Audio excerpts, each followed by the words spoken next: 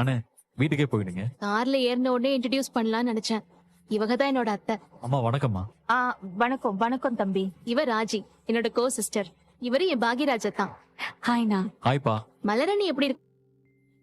நல்லா இருக்கா. மலரணி இவரோட வைஃப். புரிஞ்சுது. ஏன்பா நீ என்ன பண்ற? நான் பேங்க்ல வேலை பாக்குறேன். பேங்க்லயா? கவர்மெண்டா? கவர்மெண்ட் தாமா. உனக்கு எப்படி வேலை போகுது?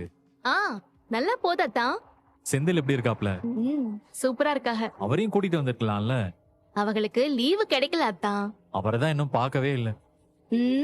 அவகளை பாக்கணும்னா நீங்க கொன்னைக்குடிக்கு தான் வரணும். ஒவ்வொரு சொந்தக்காரங்க வீட்டுக்கும் போகும்போது இவகளை கூட்டிட்டு போயிட்டு இவங்கதான் என் புருஷன் இவங்கதான் என் புருஷன்னு காட்டவா முடியும்? ஐயோ ஏண்டி வந்த உடனே ஆரம்பிச்சிட்டியா உன் துடுக்குத்தனத்தை? எப்படி இருக்கீங்க? நான் நல்லா இருக்கேன். நீ நல்லா இருக்கியா? நான் நல்லா இருக்கேன் அண்ணி. வணக்கம். வணக்கம். ராவெல்லாம் நல்லா வசதியா இருந்துச்சா? இருந்துச்சு மாமா. வண்டியில ஏறின உடனே தூங்கிட்டோம். சென்னை வந்த உடனே தான் எந்திரிச்சோம். மீனாவும் ராஜியும் நல்லா தூங்கிட்டாங்க.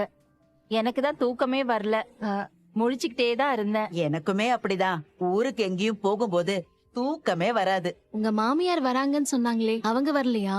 வந்திருக்காங்களே, இவங்க தான் என் மாமியாரு. என்ன அப்படி பாத்துட்டு இருக்க?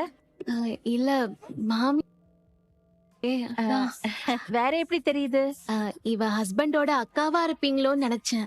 ஊர்ல எல்லாரும் என்ன அப்படிதான் சொல்லுவாங்க. 5 பிள்ளைங்களுக்கு அம்மா, அதுல 4 பிள்ளைங்களுக்கு கல்யாணம் ஆயிடுச்சுன்னு சொன்னா யாருமே நம்ப மாட்டாங்க. எங்க என்ன பார்த்தா வயசானவங்க மாதிரி தெரியல. சின்ன பொண்ணு மாதிரி தான் இருக்கீங்க. வாங்க வாங்க. ஹாய். ஹாய் வாயாடி. எப்படி இருக்கியாத்தா? நல்லா இருக்கேன். எல்லா இடத்துலயும் உனக்கு இதே பேர் தானா? நான் என்ன பண்றது அத்தை? Manufacturing default. ஒண்ணும் பண்ண முடியாது. முதல்ல நான் எல்லாரும் இன்ட்ரோடியூஸ் பண்ணி வைக்கிறேன். மாமா, அத்தை, இவக என்னோட மாமியாரு. வணக்கம். இது ராஜி, ராஜேஸ்வரி. வணக்கம். என் ஹஸ்பண்ட் செந்தில் இருக்காகல்ல, அவங்களோட தம்பி வைஃப். எக்ஸாம்காக வந்திருக்கா.